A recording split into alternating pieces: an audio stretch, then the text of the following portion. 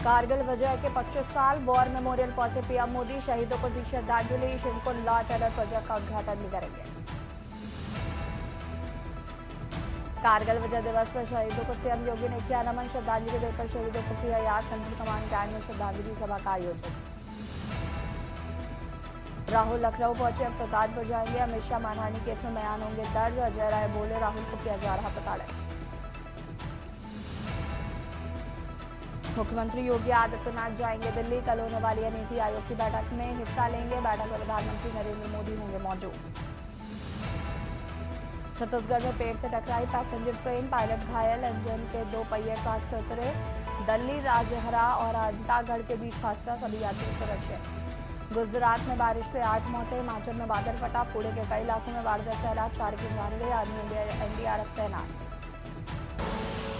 आप देख रहे हैं के न्यूज, खबरों का सारथी।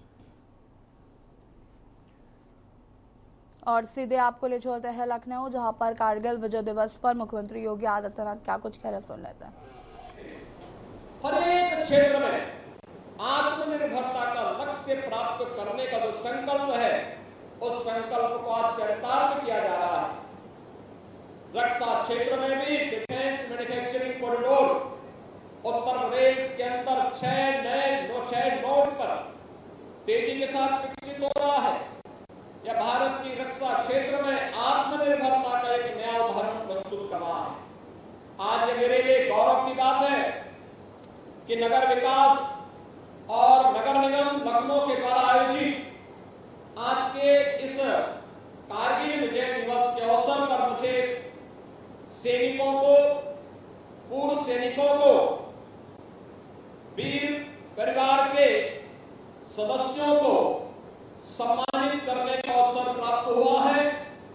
आज जिन्हें यहां पर सम्मानित किया है, कैप्टन मनोज पांडे के परिवार के सदस्य, उनके पूज्य पिता श्री गोपीचंद पांडे जी, लांस नायक केवलानंद द्विवेदी जी के उपस्थिति में उनकी यहाँ पर पत्नी श्रीमती कमला देवी जी को, राइफल में सुनील जंग, उनकी बहन श्रीमती सुनीता,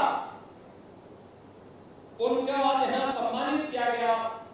और मेजर रितेश शर्मा के पूज्य पिता श्री सत्य प्रकाश शर्मा जी को यहाँ पर आज सम्मानित करने का मुझे अवसर प्राप्त हुआ।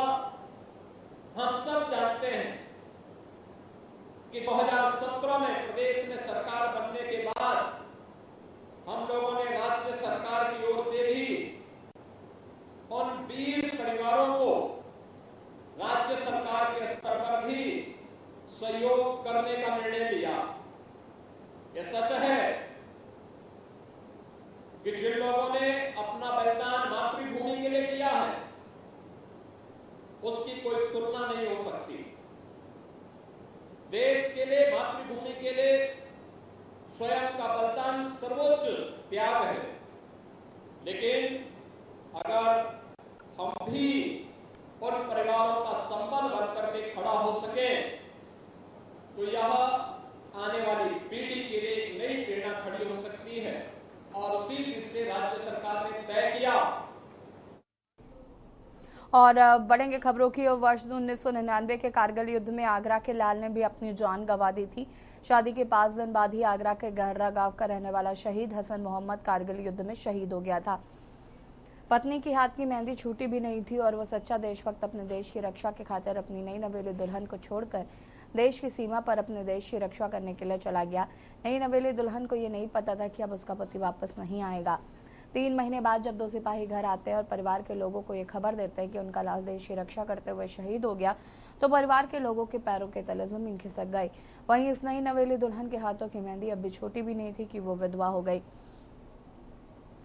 लेकिन बेटा देश के खातिर शहीद हुआ, यह एक गर्व की बात है। एक तरफ बेटे के शहीद होने की खबर से परिवार दुखी था, तो वहीं दूसरी तरफ बेटे का देश के लिए अपने प्राण को न्यौछावर करना एक गर्व की तरह महसूस हो रहा था।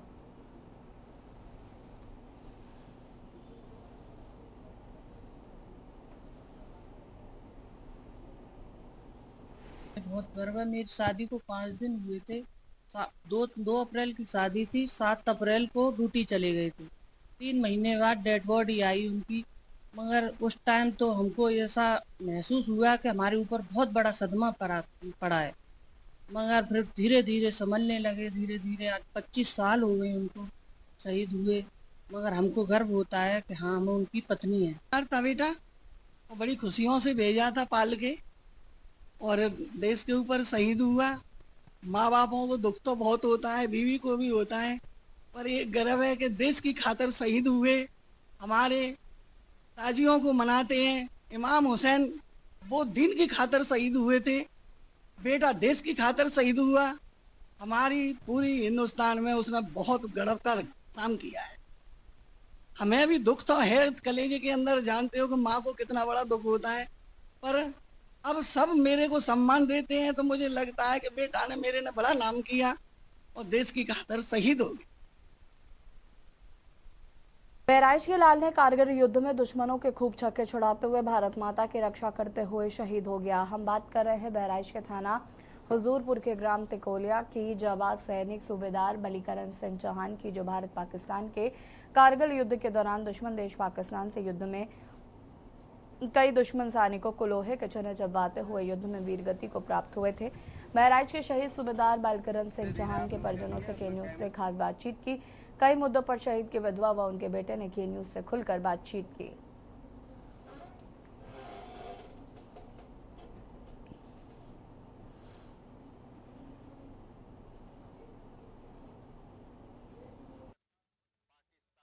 से हुए कारगिल युद्ध के आज 25 साल हो गए हैं। रजत जयंती का अवसर है और भारत के वीर सपूतों ने अपनी जान की शहादत देकर भारत माँ को अपने खून से सींचकर विजय का ताज पहनाया था। इसी कड़ी में बहराइच के थाना हुजूरपुर के तिकुलिया गांव के एक शेर ने, जो अपने दुश्मनों से बॉर्डर पे लोहा लेते हुए कई दुश्मनों को अपने मार गिराया था और शहीद हो गया था। जी हाँ, बिल्कुल हम सूबेदार बलीकरण सिंह की बात करते हैं, जिनकी शहादत पूरे जनपद बहराइच वासियों व पूरे प्रदेश वासियों के लिए एक गौरवान्वित पल है, जिसको कभी भुलाया नहीं जा सकता है। ठीक मेरे पीछे आप देख सकते हैं बलीकरण सिंह जी की समाधि स्थल है और यहाँ पे हम मौजूद हैं। आप देख सकते हैं कि सूबेदार बलीकरण सिंह चौहान जो वीरगति को प्राप्त हुए थे, इनका जन्म दिवस जो है 4 दिसंबर 1951 में हुआ था और शहीद दिवस 28 मई 1999 में हुआ था। जानने की कोशिश करेंगे कि कैसे उन्होंने जो है वीरता को प्राप्ति की, अपने दुश्मनों को कैसे मार के खदेड़ के भगाया। क्या नाम है आपका? बलीकरण सिंह। सूबेदार बलीकरण सिंह आपके छोटे भाई? छोटे भाई। हाँ हाँ, उनकी शहादत हुई है। हाँ। और आज 25 साल हो गए। 25 साल हो गए। हाँ। कितना दिन लगता है, कितने दिन की बात है? अब उसमें हुआ था 1999। 25 साल आज हो गए हैं। लेकिन क्या सूबेदार बलीकरण सिंह की यादें ताज़ा हैं? हाँ, कोई उनका बलिदान पे क्या कहना चाहेंगे आप? वो वहाँ को यहाँ कोई आता नहीं है और वो वहाँ अपना प्राण त्याग दिया। लड़ते लड़ते उनकी जान चली गई। हाँ, और हमारे घर का रास्ता जो था तो ये एक ठाकुर ने बंद कर दिया। अब घूम के आना जाना पड़ता। ये समाधि स्थल भी काफी बदहाली में दिख रहा है। और समाधि स्थल है, वहाँ आने कोई रास्ता नहीं। हाँ। क्या कहना चाहेंगे? सरकार तो बड़े बड़े दावे करती है कि शहीदों के परिवार को अनेक सुविधाएं देती है। यहाँ कुछ सुविधा नहीं मिल रही है। 1 साल के बाद कोई आता है बस, जुलाई में। तो देखिए, भारत के वीर सपूत सूबेदार बलीकरण सिंह जी के बड़े भाई से हम बात कर रहे थे और उन्होंने अब बताया कि किस तरह से उनके साथ यहाँ पे बदहाली और परेशानी की ज़िंदगी वो जी रहे हैं। और कहीं ना कहीं प्रशासन की जो है उन्होंने बताया कि कोई पुख्ता हाल नहीं है। शहीद के परिवार और उनके बड़े भाई का ये कहना है। कारगिल युद्ध में शहीद हुए कौशाम्बी के रहने वाले सूरज प्रसाद मिश्र का शहीद स्मारक आज भी बदहाल स्थिति में है। कारगिल दिवस पर अधिकारी शहीद स्मारक स्थल पर जाते हैं, फूलमाला चढ़ाते हैं, लेकिन बदहाल पड़े स्मारक स्थल को बनवाने का काम नहीं करते। गांव की कई गलियां भी बदहाल स्थिति में हैं। एक तरफ अधिकारियों की उदासीनता है तो दूसरी तरफ पिता के शहीद होने के बाद भी परिवार के सदस्यों का जज्बा कम नहीं हुआ। शहीद होने के बाद अब उनका बेटा भी सेना में नौकरी कर रहा है। शहीद की पत्नी जावित्री देवी ने इंटरमीडिएट की शिक्षा प्राप्त की। शिक्षा के आधार पर जिला प्रशासन ने नवंबर 2001 में विद्यालय में उन्हें शिक्षा मित्र की नौकरी दी। वो गांव के स्कूल में बच्चों को शिक्षा दे रही हैं। बेटे को बीएससी की शिक्षा दिलाई। मां की प्रेरणा पर शहीद का बेटा देश की सुरक्षा के लिए सीमा पर तैनात है।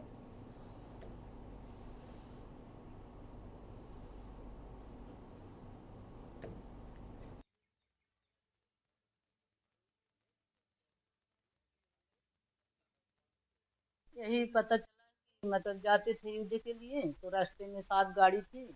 तो इनके गाड़ी में मतलब 7 लोग थे, तो नीचे जमीन में बम बिछाया था। तो जब गाड़ी गई तो बम मतलब वो हो गया, फट गया, तो पूरी गाड़ी का गाड़ी उड़ गई। तो उसमें 7 लोग थे, 7 लोग थे। तो उस टाइम पे जब शहीद हुए थे प्रस्ताव आया था तो अधिकारी लोग भी आए थे। हाँ, ऐसे क्या वादा किया था वो पूरा हुआ? डीएम आए थे सर, और मतलब कही रहे कि 5 बीघा पट्टा मिलेगा, स्मारक, रोड, और हमको शिक्षा मित्र की नौकरी, ऐसा बोल के गए हैं। तो सब मिल गया। उनका जो शहीद स्थल है वो कहीं?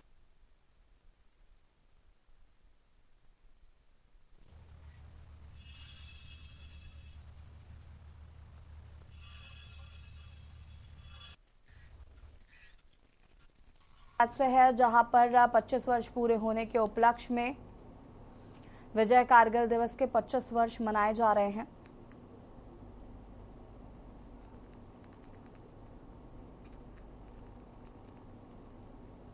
बता दें कि आपको कारगिल विजय दिवस के 25 साल पूरे हो चुके हैं, जो कि मनाया जा रहा है।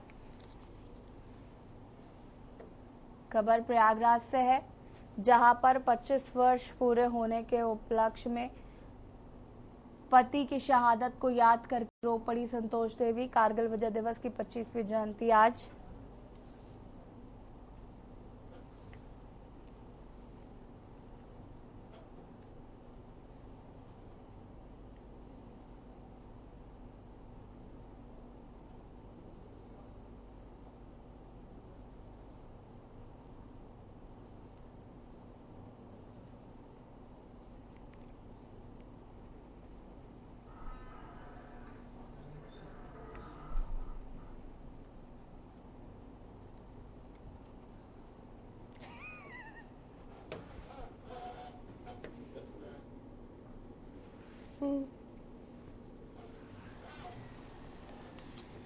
ऐसे में हम ये कहना चाहते हैं कि हमारे जो देश के भी जो भी नागरिक हैं, वो चाहे जिस पोस्ट पे हो, चाहे जिस पद पे हो, चाहे वो मंत्री हो या जो है जुडिशियल में हो या किसी जो है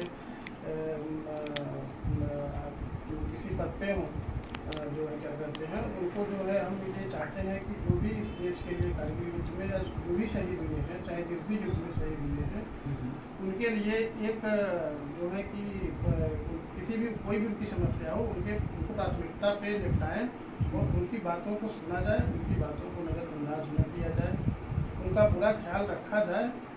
और नागरिक देश के नागरिक होने के दृष्टिकोण में उनको एक अलग कैटेगरी में रखा जाए, क्योंकि उन्होंने अपनी जो है जान की उनके परिवार के सदस्य, उनके किसी के पिता, किसी के जो है क्या कहते हैं पति, और किसी के जो है क्या कहते हैं भाई, किसी के चाचा जो है इस देश के लिए जो है शहादत दी है।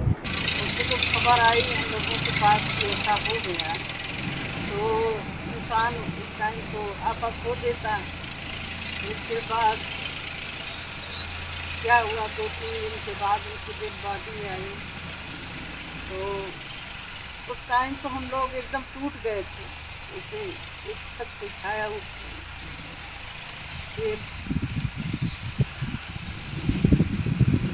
मैं देख रहा हूँ कि आप अभी भी 25 साल हो रहे हैं घटना को, लेकिन आप अभी भी भाव विभोर हो रही हैं और उस पल को सोच कर करके आज भी आप दुखद होकर के फील कर रही हैं चीज़ को, इस पल को। खबर प्रयागराज से है, जहां पर 25 वर्ष पूरे के होने के उपलक्ष्य में सारा देश 26 जुलाई को कारगिल विजय दिवस मना रहा है। वहीं एक शहीद की पत्नी का दर्द आंसुओं के रूप में छलक कर बाहर आ गया। आपको बता दें, कारगिल के शहीद नायक सूबेदार लालमणि यादव की पत्नी संतोष देवी उस भयानक मंजर को याद कर रो पड़ी। उनके शहीद पति का पार्थिव शरीर उनके घर पर लाया गया। प्रशासन को लेकर उनकी नाराजगी साफ दिखाई दी। आपको बता दें कि भारत माता का यह सपूत वीरगति को प्राप्त होने से पहले देश को अविस्मरणीय पल दे गया, जिस पर प्रत्येक भारतीय नागरिक को गर्व है।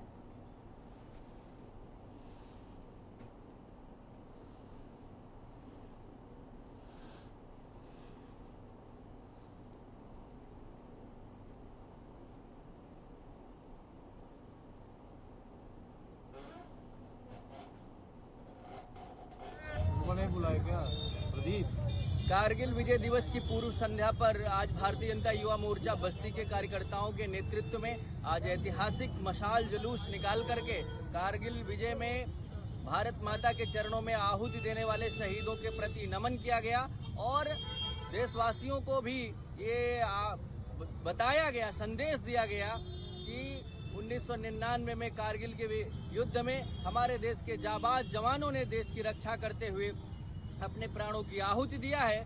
उस बलिदान को हमको बनाए रखना है। भारत माता को एकता और अखंडता के सूत्र में बांध करके हमको देश के विकास के लिए प्रयत्नशील रहना है। धन्यवाद। कारगिल विजय दिवस के उपलक्ष्य में पूर्व संध्या पर युवाओं द्वारा भव्य मशाल जुलूस का आयोजन किया गया। सैनिकों के सम्मान में निकाली गई जुलूस यात्रा में भारत माता की जय, जय जवान जय किसान नारे की गूंज दिखी। जिलाध्यक्ष विवेकानंद मिश्र ने कहा कि यह मशाल जुलूस शहीद सैनिकों की याद में निकाला गया। सैनिकों का जीवन देश के लिए समर्पित रहता है। देश का प्रत्येक नागरिक हर परिस्थितियों में सैनिकों के साथ। भारतीय जनता युवा मोर्चा जिलाध्यक्ष अमित गुप्ता ने कहा कि सेना या सैन्य दल किसी देश या फिर नागरिकों या फिर किसी शासन व्यवस्था और उससे संबंधित लोगों के हितों व ध्येयों को बढ़ाने और उनकी रक्षा के लिए घातक बल प्रयोग की क्षमता रखने वाला सशस्त्र संगठन होता है।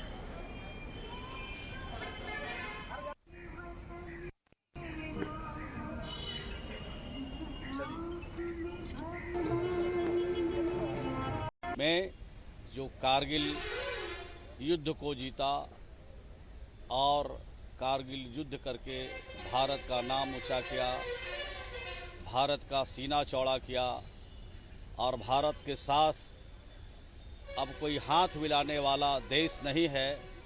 कारगिल युद्ध के बाद जो भारत को चैलेंज कर सके, भारत को नीचा दिखा सके, भारत की अस्मिता को अंगुली दिखा सके, यह हमारे 20 सपूतों ने कारगिल युद्ध में साबित किया है। मैं उनको पुनः एक बार नमन करता हूं और उस जंग में, उस युद्ध में जो हमारे शहीद हुए हैं, उनके परिवारजनों को इस संकट की घड़ी में धैर्य रखने के लिए ईश्वर से प्रार्थना भी करता हूं कि जब तक सूरज चांद रहेगा उस परिवार का योगदान है।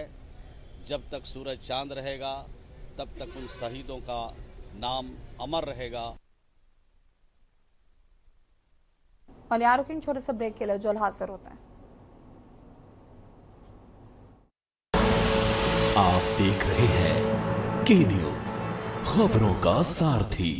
ब्रेक के बाद एक बार फिर से आप सभी का स्वागत है। कारगिल विजय दिवस के अवसर पर शुक्रवार को नालंदा के बिहार शरीफ स्थित कारगिल चौक पर स्थित शहीद स्मारक में ग्रामीण विकास मंत्री श्रवण कुमार ने शहीद जवानों को श्रद्धांजलि अर्पित कर उन्हें नमन किया। इस मौके पर मंत्री श्रवण कुमार ने कहा कि देश की सीमाओं पर हमारे वीर जवान दिन रात अपनी जान की बाजी लगाकर देश की रक्षा करते हैं। उनकी वजह से ही हम आज सुरक्षित हैं। और अब आपको झारखंड से खबर बता देते हैं, जहां पर सीएम हेमंत सोरेन ने की बैठक। आज से आहूत विधानसभा सत्र को लेकर बैठक। रांची स्थित मुख्यमंत्री आवास पर उनके द्वारा की गई बैठक। सत्ता पक्ष के मंत्री और विधायक भी मौजूद रहे।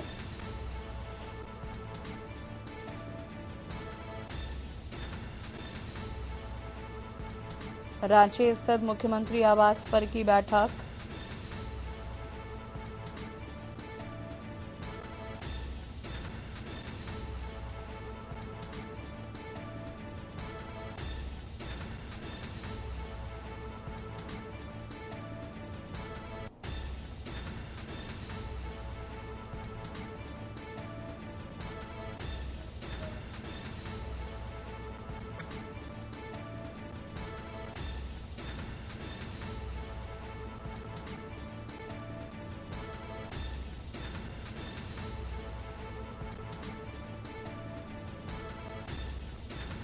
राज्य स्थित मुख्यमंत्री आवास पर की गई बैठक।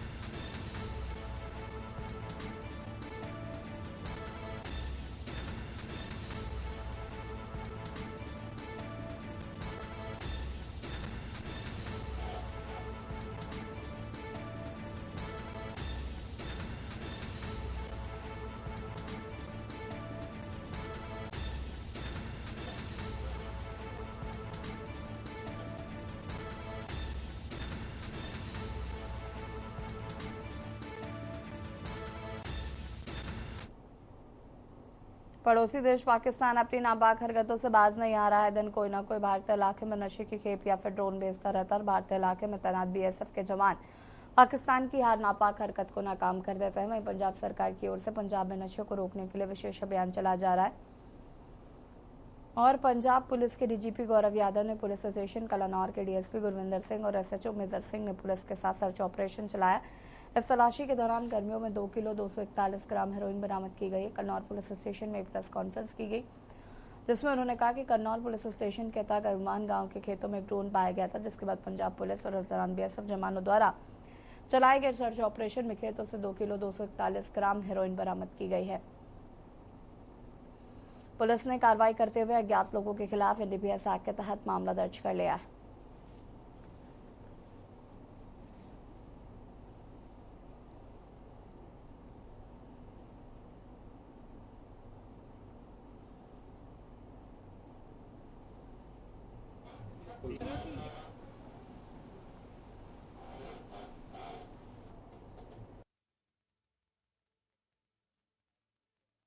मानयोग general police Shri Gaurav Yadav ji IPS DGP Punjab जिन्हां दी हदायतां दे मुताबिक श्री हरीश दायमा एसएसपी गुरदासपुर वालों जिहड़े नशा के खिलाफ जी मुहिम चलाई हुई है सारे गुरदासपुर पुलिस वालों, तो डिस्ट्रिक्ट गुरदासपुर पुलिस ने अज सवेरे मॉर्निंग कलानौर एरिया दे विच बीएसएफ दे नाल सांझा सर्च ऑपरेशन कीता सी और सांझे सर्च ऑपरेशन के दौरान गुरविंदर सिंह डीएसपी कलानौर ते समेत मेजर सिंह एसएचओ कलानौर अलग अलग पुलिस पार्टियां बनाई गई सी तो और एरिया प्रॉपर सर्च की सी। बॉर्डर नाल एरिया लगता है ये प्रॉपर सर्च किया गया सी और पिंड अगवान के खेतों विचों झोने के खेतों के विचों दौरान सर्च ऑपरेशन एक ड्रोन बरामद होया सी और ड्रोन के नाल लगते एरिया दे विच होर भी सर्च की गई। जो दौरान सर्च जो हैगा इस रही है एक पैकेट बरामद होया जो चैक करन ते ਉਹਦੇ ਵਿੱਚ 2 किलो 241 ग्राम ਹੈਰੋਇਨ बरामद हुई सी। तो इस संबंधी एनडीपीएस तहत मुकदमा दर्ज कर लिया गया।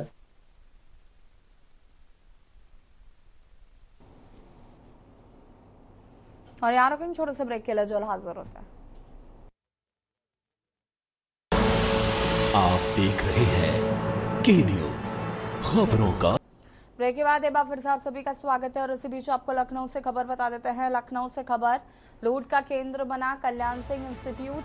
अस्पताल में डॉक्टरों द्वारा मरीजों का किया जाता है शोषण।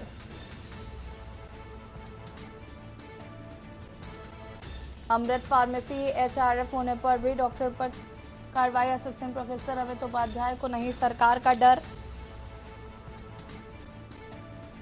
ऑपरेशन करवाने आने वाले मरीजों से हो रही है लूट।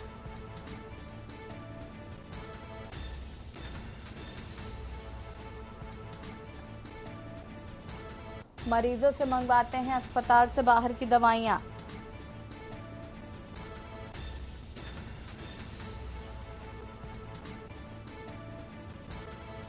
और इसी खबर पर ज्यादा जानकारी के लिए संवाददाता संदीप हमारे साथ लाइव जुड़ चुके हैं। संदीप, क्या कुछ जानकारी है इस पूरे मामले को लेकर?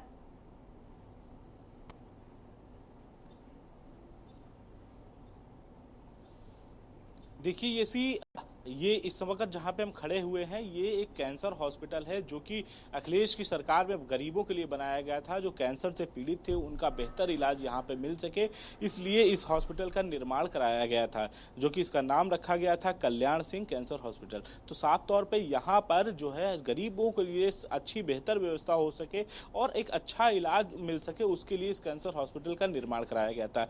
लेकिन यहाँ पर इस कदर लूट मची हुई है कि जैसे हर दवाइयों के पर्चे जो है बाहर लिखे जाते हैं। महत्वपूर्ण बात यह है कि हमारे हाथ में कुछ पर्चे हैं, लगभग ये 6 पर्चे मेरे हाथ में हैं और 6 अलग अलग पेशेंट के पर्चे हैं। महत्वपूर्ण बात यह है, ये जनता फार्मेसी के नाम पर ये पर्चा जो है, ये बिल जो है बनाया गया है।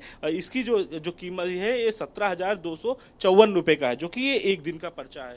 इसके बाद हम अगर बात करते हैं दूसरे पर्चे की, अगर हम बात करें तो ये भी एक पर्चा है जिसकी कीमत जो है, जो इसका बिल जो है वो 21,807 रुपए का है और जनता फार्मेसी का है। और इसके साथ हम अगर तीसरे पर्चे की बात करते हैं तो ये तीसरा पर्चा 22,000 रुपए का है और ये भी जनता फार्मेसी के नाम से बनाया गया पर्चा है ये। इसके साथ फिर हम एक चौथे पर्चे की बात करते हैं तो ये इस पर्चा को भी जनता फार्मेसी के नाम से है और ये 17,254 रुपए का ये पर्चा है। तो यानी कि 6 पर्चे मेरे हाथ में इस वक्त हैं और 6 अलग अलग मरीजों के पर्चे हैं। महत्वपूर्ण बात ये है, और एक ही डॉक्टर जो कि वहां पे अमित उपाध्याय, उन्होंने इन 6 पर्चों को लिखा है और 6 पर्चे बाहर से दवाइयां जो है वो खरीदी जा रही है। एक दिन के ये पर्चे हैं जिनकी कीमत जो है लगभग 22,000 रुपए है और 22,000 की दवाइयां एक दिन में खरीद करके जो है वो पेशेंट जो है वो खा रहे हैं। महत्वपूर्ण बातें ये है कि गरीब को एक बेहतर इलाज मिल सके, जिसके लिए इस हॉस्पिटल का निर्माण कराया गया था। और इस हॉस्पिटल में एक नहीं 3 फार्मेसी अंदर हैं।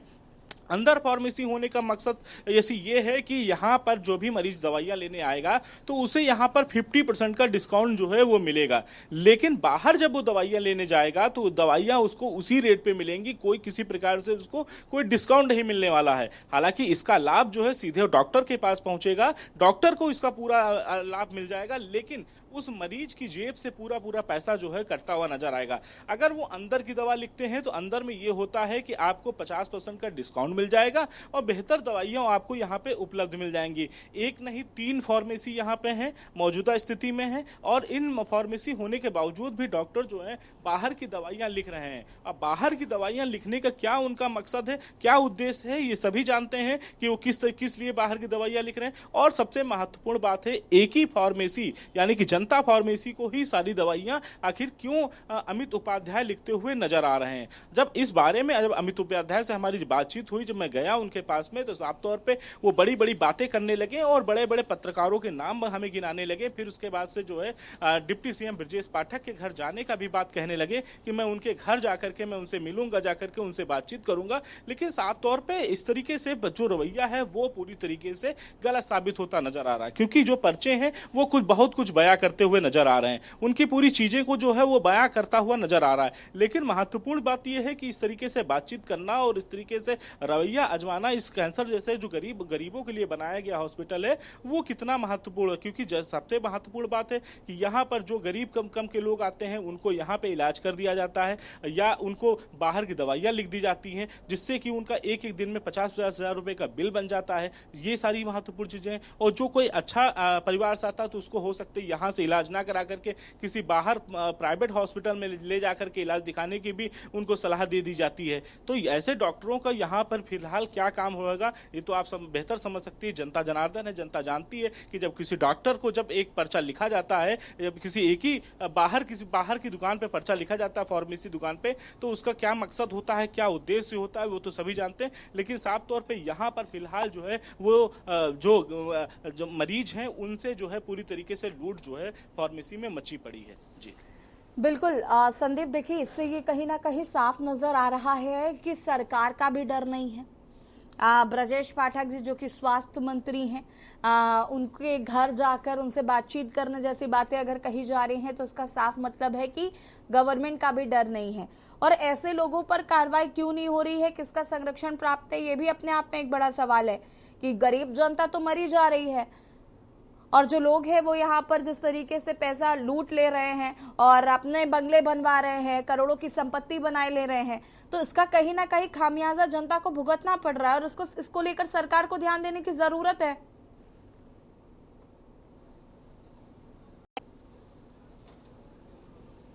बिल्कुल इसी वही मैं कहना चाह रहा हूं कि जिस तरीके से एक दिन में 50,000 रुपए अगर कोई खर्चा करता है, अपने इलाज के लिए खर्चा करता है, तो वो कहां तक सही होगा। क्योंकि जब गरीब किस्म का लोग जब शहर की तरफ भागते हैं, क्योंकि कैंसर जैसी बड़ी बीमारी से लड़ने के लिए हर किसी की ताकत नहीं होती है, हर समय की हिम्मत नहीं होती है। शायद यही वजह है कि अखिलेश यादव की सरकार में इस हॉस्पिटल का निर्माण कराया गया था कि वो गरीब लोग यहाँ पर आकर के अपना इलाज बेहतर तरीके से करा सकते हैं। लेकिन कहीं ना कहीं ये जो लूट मची हुई है इस हॉस्पिटल में, वो साफ तौर पे ऐसी है कि एक ही डॉक्टर पर्चा लिख रहा है, महत्वपूर्ण बात है, और एक ही फार्मेसी को पर्चा लिख रहा है, ये सबसे महत्वपूर्ण। 6 पर्चे मेरे हाथ में, 6 अलग अलग मरीजों के पर्चे हैं और 6 अलग अलग मरीज एक ही फार्मेसी पे जाकर के जो है वो दवाइयां लेते हुए नजर आ रहे हैं और एक ही डॉक्टर दवाइयां लिख रहा है। तो उसका मकसद क्या हो सकता है ये भी समझा जा सकता है। और क्योंकि जिस तरीके से वो डॉक्टर की जब हमने बातचीत भी किया, प्रयास भी किया हमने उनसे उनका पद जानने के लिए, लेकिन फिलहाल यहाँ के जो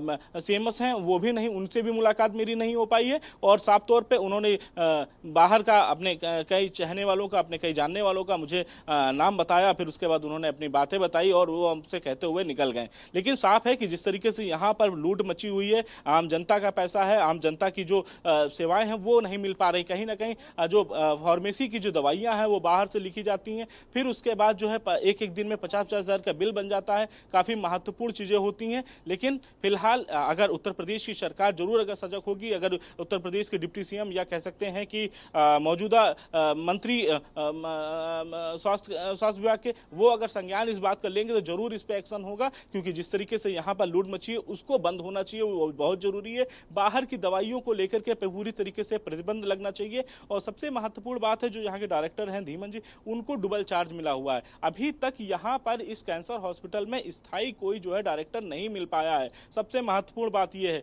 उनके पास डबल चार्ज है। एक चार्ज वो पीजीआई का उनके पास में है, दूसरे चार्ज यहाँ पे सप्ते में एक दिन इस हॉस्पिटल में आते हैं। वो इस हॉस्पिटल में आकर के वो मरीज देख करके चले जाते हैं। लेकिन महत्वपूर्ण बात है कि पीजीआई जैसा बड़ा संस्थान, वहां के डायरेक्टर हैं, और उसके बाद कैंसर, जो कि उत्तर प्रदेश का सबसे बड़ा हॉस्पिटल कहा जाने लगा है, कैंसर इंस्टीट्यूट ये। तो ऐसे में इस कैंसर हॉस्पिटल की अगर हम बात करते हैं, यहाँ पर भी मरीजों का तांता हमेशा लगा रहता है। हमेशा यहाँ पे कुछ नहीं तो 500-700 मरीज जो है हमेशा पर डे आते जाते रहते हैं। लेकिन कहीं ना कहीं उन मरीजों के इलाज के लिए, एक बेहतर उपचार के लिए एक बेहतर डॉक्टर होने चाहिए, बेहतर फार्मेसीज होने चाहिए, बेहतर चीजें होनी चाहिए। वो तीन अंदर फार्मेसी होने के बावजूद भी पर्चे बाहर के लिखे जाते हैं। ये एक सबसे बड़ा सवाल उठता है जी। हाँ बिल्कुल। अगर हम संदीप देखिए, प्राइवेट हॉस्पिटल्स में ऐसा ही होता है, उनकी अपनी फार्मेसी होती है, वो उसमें अपनी दवाइयाँ जो हैं वो अपने ही मेडिकल स्टोर की लिखते हैं, जो आपको इजीली अवेलेबल नहीं होती। लोग इसीलिए गवर्नमेंट हॉस्पिटल जाते हैं जो अफोर्ड नहीं कर सकते। और अगर गवर्नमेंट हॉस्पिटल में भी इस तरीके की चीजें होंगी तो जाहिर सी बात है कि ये शर्मनाक है। लेकिन मैं आपसे ये समझना चाहती हूँ कि अभी फिलहाल जब ये मामला संज्ञान में आया, उसके बाद क्या किसी का भी इस पर कोई पॉजिटिव रिएक्शन नहीं मिल रहा है?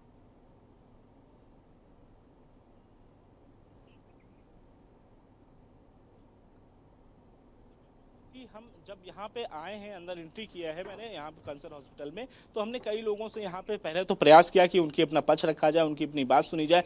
लेकिन यहाँ पे जो सीएमएस हैं वो यहाँ पे मौजूद नहीं है फिलहाल हॉस्पिटल के अंदर। इसके साथ जो डायरेक्टर हैं वो भी यहाँ मौजूद नहीं, वो सप्ते में एक दिन आते हैं क्योंकि उनके पास डबल चार्ज है। स्थायी यहाँ का अब तक जो है कोई डायरेक्टर मिल नहीं पाया है। और डबल चार्ज की अगर बात करें तो उनके पास धीमन जी के पास में जो है डबल चार्ज है, जो कि पीजीआई के डायरेक्टर हैं वो, और उसके साथ ही साथ यहाँ के भी डायरेक्टर हैं। तो अब महत्वपूर्ण बातें ये बनती है कि यहाँ पर अपना पक्ष रखने वाला फिलहाल यहाँ पे कोई नहीं मिला। और इस तरीके से, जिस तरीके से यहाँ पर लूट मचाए हुए हैं डॉक्टरों के माध्यम से, वो सबसे महत्वपूर्ण है। आप समझिए इस बात को कि यहाँ पे इसके अंदर 3 फार्मेसी बनी हुई हैं और तीनों फार्मेसी में आप दवाइयां ना उपलब्ध करा करके आपको बाहर से दवाइयां लिखनी पड़ रही हैं। ये कितना बड़ी बात है। आपके अंदर जब 3 फार्मेसी हैं, कहीं ना कहीं दवाइयां उपलब्ध हो जाएंगी और उस मरीज को दवाइयां मिल जाएंगी जिसको यहाँ पे 50% का लगभग जो है छूट मिलती है, यहाँ 50% की, वो भी उस मरीज को मिल जाएगा। लेकिन बाहर की दवाइयां लिखने का मकसद सीधे जो है डॉक्टरों के जेब में जो है उसका जो कमीशन है वो जाता है और इसके लिए वो बाहर की दवाइयां लिखी जाती हैं। साफ तौर पे इसका मकसद ये है। लेकिन एडिटर मनीष पांडे जी हमारे साथ जुड़ चुके हैं। मनीष जी, ये जो मामला लगातार सुर्खियों में बना हुआ है कि किस तरीके से अलग फार्मेसी की दवाइयां लिखी जा रही हैं, किस तरीके से खुद को लाभ पहुंचाया जा रहा है और गरीब जनता को लूटने की कोशिश की जा रही है। बड़ी बात यह है जवाबदेही के लिए कोई भी उपलब्ध नहीं है, जैसा कि अभी संवाददाता संदीप बता रहे थे। यशी एक कहावत है, आपने सुनी होगी ना कि किस्मत मेहरबान तो गधा पहलवान। और मुझे लगता है कि कैंसर अस्पताल में जो है जो डॉक्टर हैं वो उसी का फायदा उठा रहे हैं। उनकी किस्मत उनके ऊपर इस कदर मेहरबान है कि उन्हें किसी का डर नहीं। खासकर ऐसी सरकार जो लगातार सीधे कहीं लापरवाही या कहीं पाए जाने पर कर्मचारियों को, अधिकारियों को बर्खास्त करने से गुरेज नहीं करती। ऐसे मुख्यमंत्री के कार्यकाल में ऐसे उप मुख्यमंत्री जिन्हें स्वास्थ्य विभाग का जिम्मा दिया गया है, जो स्वास्थ्य विभाग की जिम्मेदारी संभालते हैं, वो कहीं भी हीला हवाली बर्दाश्त नहीं करते। ऐसे में राजधानी लखनऊ में डॉक्टरों का रवैया, आप सोचिए कितना बड़ा कलेजा होगा उन डॉक्टरों का कि राजधानी में बैठकर इस तरह का खेल खेल रहे हैं। हमारे संवाददाता जो संदीप बता रहे थे, मैं थोड़ा सा उसे और स्पष्ट करना चाहता हूँ। Cancer institute, Lucknow cancer institute Akhilesh Yadav ने बनाया था। उस समय फंक्शनल नहीं हो पाया था। योगी आदित्यनाथ की सरकार जब आई तो उन्होंने इस पर ध्यान दिया और फिर ये इंस्टीट्यूट और अपने तेजी से आगे बढ़ने लगा। और आप ये जान के हैरान रह जाएंगे कि एशिया में कोई इतना बड़ा इंस्टीट्यूट नहीं होगा। कैंसर के मरीजों के लिए एक वरदान साबित हो सकता है। लेकिन यहाँ पर स्थिति ये है कि जिस तरीके से डॉक्टरों ने जिस तरीके से किया है, जिस तरीके से बाहर का पर्चा लिख रहे हैं, उसे देखकर आप अंदाजा लगाइए कि एचआरएस और अमृत फार्मेसी होने के बावजूद जहाँ 50% जो है डॉक्टरों को लाभ मिल सके, 50% डॉक्टरों को मिल सकती है, रियायत मिल सकती है, मरीजों को रियायत दिला सकते हैं, वहाँ की स्थिति ये है। वहाँ पर डॉक्टर सीधे सीधे बाहर से पर्चा लिख रहे हैं। और बाहर से पर्चा क्यों लिख रहे हैं? क्योंकि अस्पताल में अगर अस्पताल का वो पर्चा लिखते हैं तो अस्पताल में जो एचआरएस और अमृत फार्मेसी है उन्हें उसमें कमीशन नहीं मिलेगा। और वही दवाइयां जब बाहर के मेडिकल स्टोर से खरीदी जाएंगी तो पहली बार मरीज को 50% का डिस्काउंट नहीं मिलेगा। और जो मरीज को 50% का डिस्काउंट मिलने वाला होता है वो उनकी जेब में आ जाता है। तो ये बड़ा खेल है। और सिर्फ डॉक्टर अमित उपाध्याय नहीं बल्कि बहुत सारे ऐसे डॉक्टर वहाँ पर हैं, इंस्टीट्यूट पर ऐसे डॉक्टर हैं जिन्होंने अपना नेक्सस बना रखा है। वहाँ जो कैंसर मरीज आते हैं उनके इलाज के लिए जांचों का खेल होता है, वो तमाम प्राइवेट इंस्टीट्यूट पर भेजा जाता है। वहाँ पे ऐसे ऐसे डॉक्टर आप जान के हैरान रह जाएंगी हैं कि जिन्होंने अपने प्राइवेट डायग्नोस्टिक सेंटर खोल रखे हैं। और ये इसलिए क्योंकि किस्मत उनके ऊपर मेहरबान है। आज तक लखनऊ कैंसर इंस्टीट्यूट को या कैंसर इंस्टीट्यूट को जो है आज तक जो है एक स्थायी निदेशक नहीं मिल ये भी देखने को मिल रहा है ना, एक तो चोरी, ऊपर से सीधा चोरी। साफ साफ कहा जा रहा है कि हम डिप्टी सीएम ब्रजेश पाठक जी से बात कर लेंगे, हम उनसे मुलाकात कर लेंगे।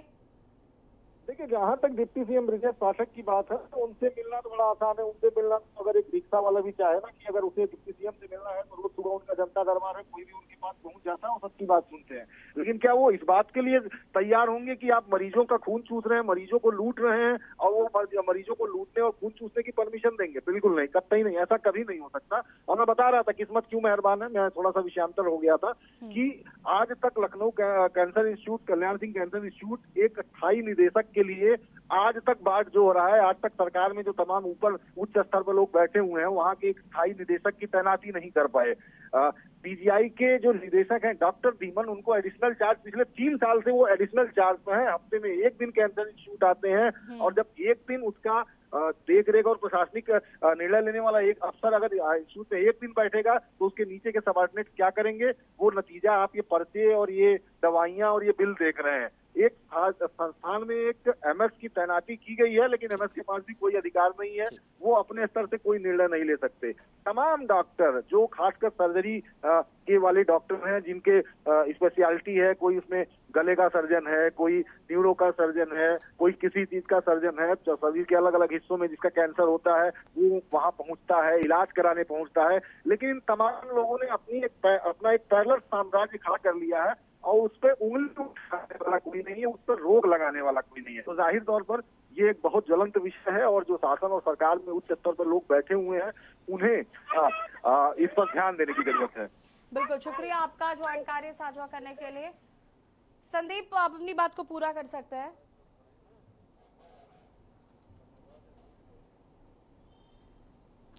इसी देखिए हम यहाँ पे खड़े हुए हैं कैंसर हॉस्पिटल में और यहाँ पे एक तिमिरदार है जो कि अपने पिताजी का इलाज कराने के लिए यहाँ पर आए हुए हैं।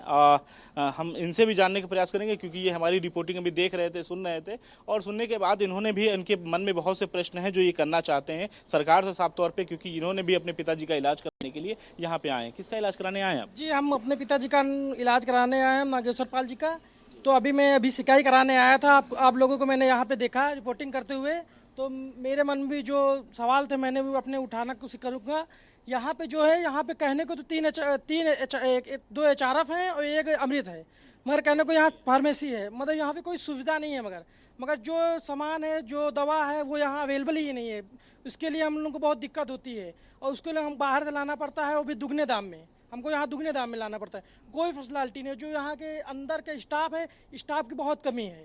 वहाँ हम लोग आईपीडी जाते हैं तो हम लोग को बेड नहीं मिलता है, बेड मिलता है तो कभी कंबल नहीं मिलता, बोलते हैं कि 2 बजे के बाद मिलेगा, चादर नहीं मिलता है। ये होता है स्टाफ, रुक जाओ अभी बात को होगा, शाम को होगा, जब मिलेंगे बेड तब होगा।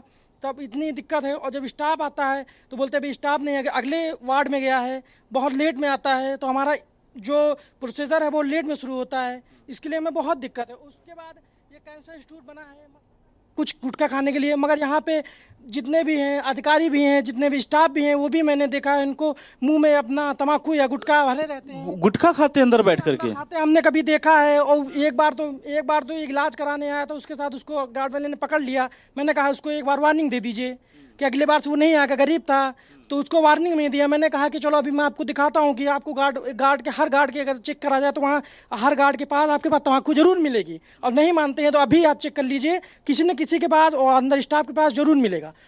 पिताजी को क्या दिक्कत थी जो ऑपरेशन कराने के लिए आप आए थे? हम पिताजी के हमारे यहाँ गार्ड थी, तो हमने जब यहाँ दिखाया तो जो निकला तो कैंसर निकला, तो हमने इलाज किया। जिस दिन मेरा ऑपरेशन हुआ था उस दिन हमें मौके पे कोई दवा अवेलेबल नहीं मिली। जो प्रोडक्ट होते हैं ऑपरेशन के समय वो हमको नहीं मिले। हमें हर चीज़ हम ही लोग से मंगाया जाता है, हमारे फंड से मंगाया जाता है, चाहे ग्लव्स हो या कुछ भी हो, मास्क हो, कुछ भी हो, हर चीज़ हमारे ही फंड से मंगाया जाता है। कोई चीज़ हॉस्पिटल से नॉट अवेलेबल है यहाँ पे। सिर्फ क्या है, बेड ले लीजिए, बस बेड पे लेट लीजिए, बाकी हर चीज़ आपके पैसे और आपके फंड से ही उपयोग होता है। डॉक्टर भी समय पर नहीं आते हैं? डॉक्टर कभी कभी समय पर आते हैं, मगर स्टाफ बहुत, डॉक्टर तो थोड़ा आते हैं, डॉक्टर सही है, मगर स्टाफ बहुत बिल्कुल बेकार है। मतलब कहीं सपोर्ट नहीं करता है आप लोगों को? नहीं, कोई वो नहीं, बिल्कुल बहुत दिक्कत है अंदर आप फार्मेसी का नाम बताए थे कि वहाँ चले जाइए, उस फार्मेसी ले लीजिए, या आप अपने मन से किसी फार्मेसी नहीं लिखते हैं वहाँ पे, एचआरएम में लिखते हैं या अमृत में लिखते हैं, अमृत उसमें लिखते हैं। तो अंदर की हो गई। जब आप जिसे ऑपरेशन करा रहे थे तो बाहर हैं कि जाइए बाहर से लेकर आइए, नहीं आपका ऑपरेशन रुक जाएगा, यही सब चीज़ें बोलते हैं। तो हम लोग को भैया डर लगता है, हम लोग तो फिर लाते हैं अपने पैसे से लेकर आते हैं। हम खुद ही जिस दिन हमारा ऑपरेशन हुआ था 25,000 का सामान बाहर से लेकर आए, जिसमें कुछ ऑपरेशन के प्रोडक्ट थे और कुछ हमारी दवाइयाँ थी। तो हम उसको अवेलेबल करके हमने दिया उनको, और बाकी जो हमारा फंड पास हुआ उसका हमने तो कुछ ही % उपयोग कर पाए, बाकी कुछ नहीं उपयोग कर पाए। जो हमारा आयुष्मान से था कुछ ही % उपयोग कर पाए, कुछ नहीं। बाकी तो हमने 20-25 हज़ार रुपया अपना बाहर से लगाए, अपने उससे लगाए। हम गरीब आदमी हैं, क्या करेंगे। हमारा एक ही अनुरोध है कि हम अपने यहाँ के उत्तर प्रदेश के स्वास्थ्य मंत्री ब्रजेश पाठक से ये अनुरोध है कि आप कम से कम नहीं तो ज़्यादा दिन है तो 1-2 महीने में यहाँ पे आप सर्वे करिए, आप अपने आके देखिए कि कैसा यहाँ पे इतना महामारी है, कुछ क्या है नहीं कहने को नहीं। आप ओपीडी देख लीजिए, ओपीडी तो कहने को 9 बजे खुलता है, मगर डॉक्टर 9 बजे नहीं आते। कभी 10:30 बजे शुरू होता है, कभी 11 बजे शुरू होता है, कभी डॉक्टर नहीं आते। जो उनके छोटे असिस्टेंट होते हैं वही थोड़ा अपना फाइल देख के जिसका प्लान हो वो शुरू कर देते हैं। इसी से हमारा अनुरोध है कि बिल्कुल आके समय से हर काम। कितने दिन से आप हैं यहाँ पर? हम तो अभी यहाँ से शुरुआत करें 4 जनवरी को 2024 4 जनवरी 2024 से हमने स्टार्टिंग की यहाँ पे। आज हमारे 7वां महीना हो गया है। अभी तो मैं सेकाई कराने अपने पिताजी को आया हूँ, अभी जा रहा हूँ जांच कराने। तो यसी ये देखिए, ये यहीं पे हमारी बातों को सुन रहे थे, क्योंकि हमारी रिपोर्टिंग जब देखे तो उनको भी लगा कि हम अपनी बात कह सकते हैं यहाँ पे। और अपनी बात उन्होंने के न्यूज़ के दर्शकों से जरूर कही है। उन्होंने बताया कि यहाँ पे क्या दर्द है, किस तरीके के हम अपने पिताजी के इलाज के लिए 25,000 रुपये की बाहर से दवाइयाँ हमको लानी पड़ी। तो ये हालात हैं यहाँ के इस हॉस्पिटल के, कि जो यहाँ पे साफ तौर पर देखा जा सकता है कि कैसे यहाँ पर लोग जो है अपना इलाज कराने के लिए दूर दराज से आते हैं और यहाँ पर दवाइयाँ ना लिख करके बाहर की दवाइयां दी जाती हैं।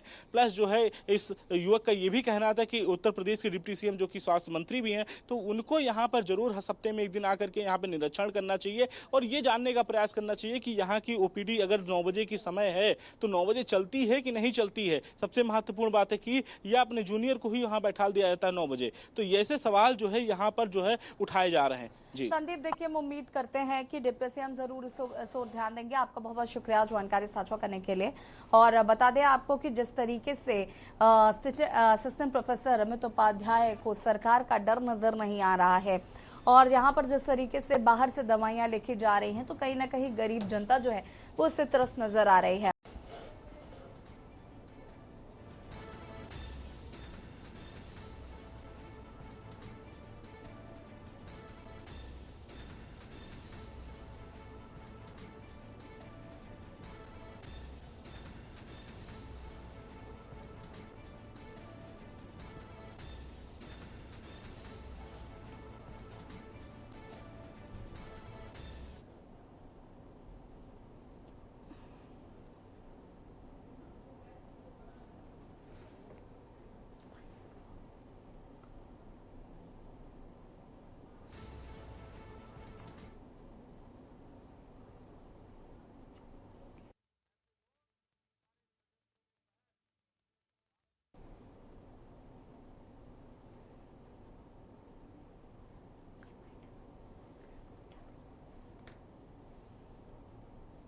और लाइव न्यूज में फिलहाल आता है, देखते रहिए न्यूज़ इंडिया। नमस्कार।